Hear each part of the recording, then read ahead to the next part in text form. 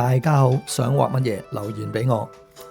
今日要分享嘅粉菜話呢係煎釀三寶，咁啊呢個都係香港街頭特色小食啦，好經典啦呢個嚇。咁話就話三寶咁啊，其實好多種類咁樣，因為最初之前呢，就應該係有苦瓜啦、茄子啦、辣椒啦，咁呢啲瓜菜咁樣嘅呢三種嘅，咁釀一啲嘅魚肉啦，或者唔同嘅肉餡咁樣啦。但係今時今日咁就變咗就話唔止呢啲啦，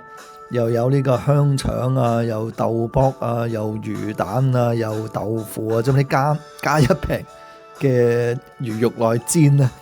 咁都係其中一種嘅煎釀三寶啦，變咗就好多寶其實而家咁佢可以係譬如幾多錢三種或者幾多錢一種咁樣，咁任你去揀，咁就食得開心啦，咁唔係淨係三種咁樣而家，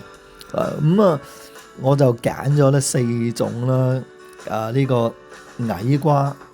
紅腸、辣椒同埋呢個豆卜咁樣畫啦。咁我發覺咧又好 colourful 喎，因為紫色、紅色、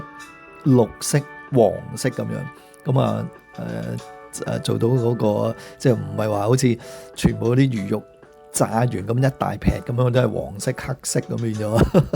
咁冇咁美觀啊，始終係食物啊嘛畫。咁就畫嗰啲魚肉咧，因為魚肉係灰灰地色噶嘛咁樣嚇，但係咧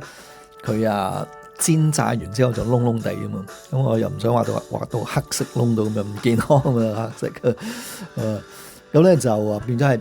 啡色咁樣，即係佢又自己有啲嘅凹凸咁樣咯。咁因為你嘅啡色嘅部分咧，咁我就好似一笪一笪咁樣，咁喺個豆卜同埋呢個嘅茄子啊咁樣。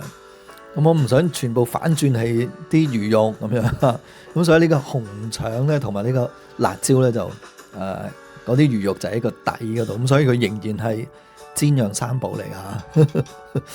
咁咧就咁呢個有黃色、綠色、紅色、紫色咁樣啦。咁始終佢有一啲即係立體感樣啦。咁所以呢個譬如你茄子個側邊嘅部分啦，咁我就唔會用嗰個實色啦。又或者呢一個嘅青椒，咁亦都係有啲光暗位啦。咁呢個肯定唔係辣嘅青椒，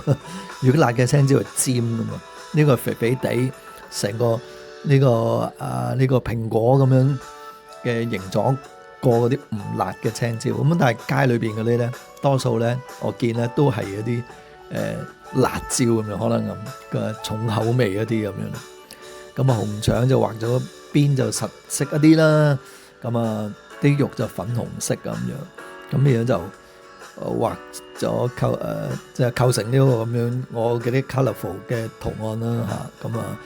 做咗呢個煎釀三寶送俾大家，咁希望大家中意呢條片，可以訂閱我哋頻道，撳下鐘仔 comment like share，下次見。